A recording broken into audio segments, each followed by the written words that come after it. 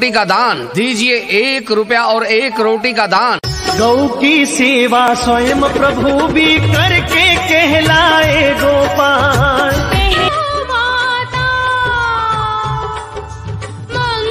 प्रत्येक इंसान को जीवन में 3 दान करने चाहिए। वो 3 दान कौन कौन से, ध्यान से सुनना।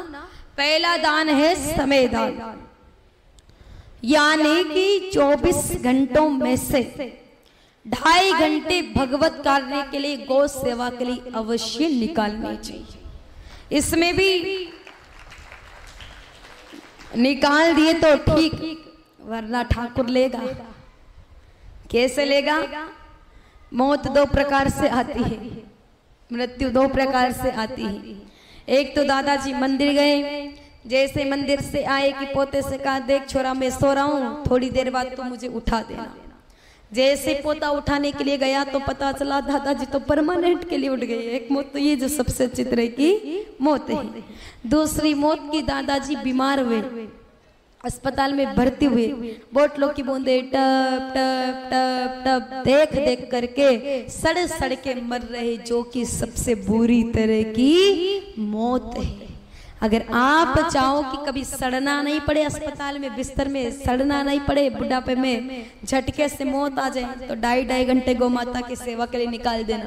और अपने यहाँ तो बहुत ही अच्छी बात है, गौशाला है, रोज गौशाला। वो क्या दिक्कत है, पैदल तो कोई आता नहीं, गाड़ी से आता। रोज गौशाला वो अपने हाथों से गोबर उठाओ, गौ माता की पीठ से हिलाओ, झाड़ू लगाओ, गुड़ जिमाओ गौ माता को। अरे आपका मेरे मानो समय दान हो जाएगा, चाहे आधे घंटे के लिए, चाहे 10 मिनट के लिए, पर आओ जरूर गौशाला। अगर समय दान नहीं निकाला ना, इस जवानी में समय नहीं निकाला गौ सेवा के लिए, याद रखना बुढ़ापे में जब सड़ेंगे ना बिस्तर में, तब पता चलेगा कि काश उस समय 2.5 घंटे निकाल देते तो यहाँ सड़ना नहीं पड़ता। और कई सारे बुढ़े लोग सड़ रहे हैं बिस्तरों में। क्यों सड़ रहे हैं? क्योंकि उन्होंने जवानी में 2.5 घंटे का समय नहीं निकाला। उनके मेरे भाइयों जीवनी को उठा के देखना, उन्होंने कभी धर्म की सेवा नहीं की है, इसलिए वो सड़ रहे हैं। पड़े ही बिस्तर में, रोज परमात्मा से दुआ मांग करते हैं, भगवान अब तो उठा ले। इतनी जल्दी थोड़ी भगवान उठाएगा, जब तक वो टाइम पूरा नहीं होगा ना। 2.5 घंटे रोज का वो ठाकुर ऊपर लिख रहा है, जब तक वो 2.5 घंटे पूरे नहीं होंगे, इतनी जल्दी उठाएगा भी नहीं। इसलिए रोज 2.5 घंटे की एंट्री आपके ऊपर लिखी जा रही है, तो निकालना शुरू कर देना। अब तक तो चलो भूलवश काम चल रहा था, लेकिन अब पता चलने के बाद भी अगर गलत काम करोगे तो उसकी तो सजा मिलेगी। भगवान कहते हैं कि अनजाने में कोई गलती करे तो उसको क्षमा किया जा सकता है, लेकिन जान करके जानबूझ के भी कोई गलती करे तो फिर उसका कोई उपाय नहीं है। इसलिए अब तक तो आपको पता नहीं था, लेकिन अब तो पता चल गया है। इसलिए माताओं भाइयों आना शुरू कर देना। कौन कौन आता है जरा गौशाला? हाथ ऊपर करना, हाथ ऊपर करना। कौन गौशाला आता है? सिर्फ 2 माताएं गौशाला आती, डेली आती है, कभी कभी। चलो आए तो हैं, ये बाकी की तो कुछ नहीं, पता ही नहीं गौशाला भी है कि नहीं। अब आना शुरू कर देना। मैं कल पूछूंगी कौन कौन आया था, चाहे 5 मिनट के लिए, वो भी कथा चल रही, टाइम नहीं तो 5 मिनट के लिए आना सबको है। भाइयों से भी पूछूंगी कौन कौन भाई आया है गौशाला। अच्छा आप लोग आते हो, बहुत बढ़िया बात है। अब जो नहीं आते वो भी आना शुरू कर देना कल से, तो ये समय दान हो जाएगा। दूसरा दान है संपत्ति दान, यानी कि आप लोग 100 रुपए कमा रहे हो तो 10 रुपए गौ सेवा के लिए, भगवत सेवा के लिए अवश्य दे। और दे दिए इसमें भी तो ठीक, नहीं दिए तो मेरे भाई बहनों ठाकुर तो लेगा। कैसे लेगा जानते हो? कि गरीब आदमी के पास पैसा कम होता है, अमीर आदमी के पास पैसा ज्यादा होता है। गरीब आदमी को बीमारियां भी कम होती है, अमीर आदमी को बीमारियां भी ज्यादा होती है। गरीब आदमी को सर्दी जुकाम खांसी बुखार, अमीर आदमी को, पैसे वालों को देख लो, बीपी शुगर लकवा कैंसर, नाम लेने से डर लगता है, इतनी बड़ी भयंकर बड़ी बड़ी बीमारियां होती है। गरीब आदमी जाएगा हॉस्पिटल, 50 रुपए डॉक्टर साहब नाड़ी पकड़ने के लेंगे। अमीर आदमी जाएगा हॉस्पिटल, 500 रुपए नाड़ी पकड़ने के लेंगे डॉक्टर साहब।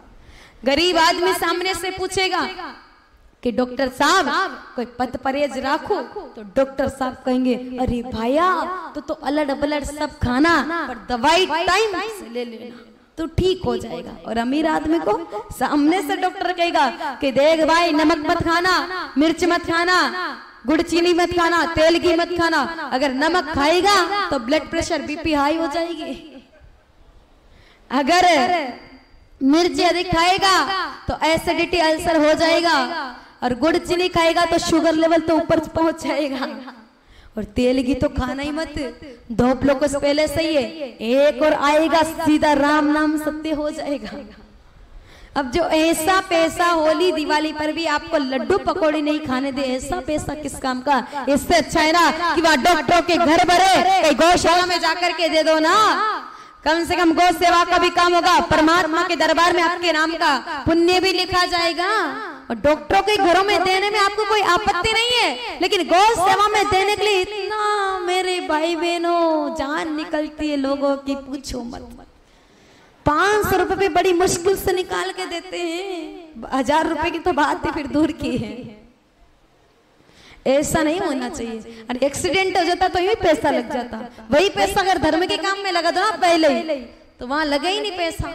इसलिए संभलो, रोज अपने घर में 10-10 रुपया गौ माता के नाम के निकालो, और महीने से महीने फिर गौशाला आकर के यहाँ पर गाय माताओं की सेवा में दे दो। आज से निकालना शुरू कर देना, आज से निकालना, और फिर 7वें दिन जब कथा पूरी होगी तो अभी 4-5 दिन का पैसा दे देना, फिर बाद में जब महीने से महीने निकालोगे, फिर महीना भी शुरू हो जाएगा ना 2 दिनों बाद, फिर महीने से महीने निकालना शुरू करना, फिर गौशाला में खुद अपने हाथों से देना, ताकि गौ माता की भी सेवा होगी और आपका पैसा भी अच्छी जगह लगेगा, कोई गलत जगह भी नहीं लगेगा। एक्सीडेंट होता है तो यूं फालतू का पैसा यूं तो जाता है ना, वो अच्छे काम में थोड़ा जाता है, यूं ही जाता है। कई मेरी भाई बहनों आप लोग बीमार हुए तो वो भी यूं ही जाता पैसा। गरीब आदमी को देखना और या फिर किसी धर्मात्मा इंसान को देखना जो लगातार अच्छे काम में पैसा लगाता, उसको देखना, उसका पैसा कभी व्यर्थ में के कामों में नहीं जाएगा। जो अच्छे काम में लगा उस इंसान से पूछना जाकर के, उसका पैसा कभी भले काम मेरे बहनों गंदे काम में बुरे काम में नहीं जाएगा, हमेशा उसका पैसा अच्छे काम में ही लगेगा। तो इसलिए ये हो जाएगा आपका संपत्ति दान। और तीसरा दान होता है संतति दान, यानी कि 10 पीढ़ियां बीत चुकी है तो एक संतान को धर्म के लिए साधु बनाओ, देश के लिए मेरी भाई बहनों भेजो। इसमें भी दे दिया धर्म को एक बच्चा तो ठीक, नहीं दिया तो ठाकुर लेगा। कैसे लेगा कि जो 11वीं पीढ़ी होगी या तो अपंग अपाहिज होगी या फिर उसकी अकाल मृत्यु हो जाएगी। अब अकाल मृत्यु हो, लंगड़ा हो, तुम उसकी सेवा करें, इससे अच्छा ना एक